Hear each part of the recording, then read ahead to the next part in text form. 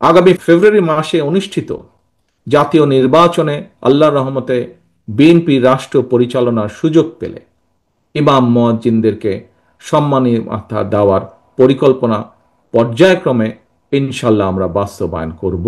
একই সঙ্গে ইমাম মুয়াজ্জিনদেরকে আর্থিকভাবে আরো স্বাবলম্বী করার লক্ষ্যে ইমাম মুয়াজ্জিন কল্যাণ ট্রাস্টকে শক্তিশালী করে আরো বহুমুখী প্রকল্প গ্রহণ করার একটি চিন্তা ভাবনা আমাদের রয়েছে। সম্মানিত ইমাম খতিব পীর মাশায়েখগণ, 1993 সালে বিএনপি সরকারের সময় দেশে প্রথমবারের মতন মসজিদ ভিত্তিক শিশু ও গণশিক্ষা কার্যক্রম প্রকল্প চালু করা হয়েছিল। সেটি এখনো অব্যাহত রয়েছে। এর পাশাপাশি আগামী দিনে দুর্যোগ প্রতিরোধ কার্যক্রম সহ দেশের সকল জেলা উপজেলা এবং স্থানীয় ভিত্তিক উন্নয়নমূলক কার্যক্রমে ইমাম মুয়াজ্জিনদেরকে কিভাবে সম্পৃক্ত করা যায় এই বিষয়টি নিয়েও আমাদের মধ্যে কর্ম পরিকল্পনা রয়েছে। কর্মজীবনে যিনি যে পেশায় নিয়োজিত হতে চান কিংবা যেই চাকরি করতে চান, এর জন্য প্রয়োজন সততা, সক্ষমতা, যোগ্যতা এবং দক্ষতা। দেশের লক্ষ লক্ষ মসজিদগুলোকে কেন্দ্র করে আরও কি ধরনের উদ্যোগ গ্রহণ করা যায় এ ব্যাপারে আপনাদের কাছ থেকে সুনির্দিষ্ট পরিকল্পনা এবং সুপারিশ আমরা আশা করছি। দেশের 1 নম্বর গ্যাস স্টোভ যা বেশি তাপেও ফাটে না, আরএফএল গ্যাস স্টোভ, নিরাপদ ও ঝামেলাহীন।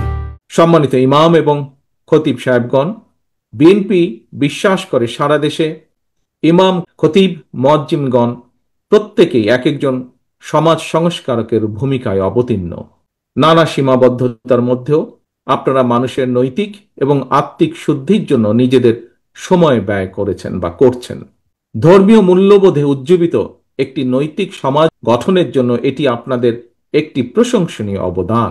সুতরাং বিএনপি মনে করে সমাজ সংস্কারকের ভূমিকায় বা ভূমিকা পালনকারী ইমাম, খতিব, মুয়াজ্জিনগণ যারা আর্থিকভাবে পিছিয়ে রয়েছেন তাদেরকে অবশ্যই প্রয়োজনীয় আর্থিক সহায়তা প্রদান রাষ্ট্রের দায়িত্ব। এমন বাস্তবতায় ইমাম মুয়াজ্জিনদের মধ্যে যারা আর্থিক টানাপোড়েনে রয়েছেন তাদেরকে প্রতি মাসে রাষ্ট্রীয় তহবিল থেকে একটি নির্দিষ্ট পরিমাণ সম্মানী ভাতা দেবার ব্যাপারে বিএনপির একটি পরিকল্পনা রয়েছে। অনেক মসজিদে মসজিদ কমিটির ইচ্ছা অনিচ্ছার উপরে ইমাম মুয়াজ্জিনের চাকরি নির্ভর করে। আমি মনে করি এটি হওয়া উচিত নয়, এটি হতে পারে না। এটিকে আমি ইমাম মুয়াজ্জিনদের বিরুদ্ধে অন্যায্য আচরণ বলে মনে করি। ইনশাল্লাহ আল্লাহর রহমতে বিএনপি রাষ্ট্র পরিচালনার সুযোগ পেলে সার্ভিস রুল প্রণয়নের ব্যাপারে অগ্রাধিকার ভিত্তিতে বাস্তবায়নের উদ্যোগ বিএনপি সরকার গ্রহণ করবে ইনশাল্লাহ। উপস্থাপিত অন্যান্য দাবিগুলো বাস্তবায়নের জন্য কার্যকর উদ্যোগ বিএনপি সরকার ইনশাল্লাহ গ্রহণ করবে। তবে সম্মানিত উপস্থিতিবৃন্দ, প্রতিটি দাবি বাস্তবায়নের ক্ষেত্রে সংশ্লিষ্ট ব্যক্তির যোগ্যতা এবং অভিজ্ঞতা নির্ধারণ করে আপনারা নিজেদের উদ্যোগে এক বা একাধিক কমিটি গঠন করে প্রতিটি দাবির বিপরীতে সুনির্দিষ্ট সুপারিশ তৈরি করে যদি আমাদেরকে দেন, তার জন্য আপনাদের প্রতি বিনীত আহ্বান জানাই।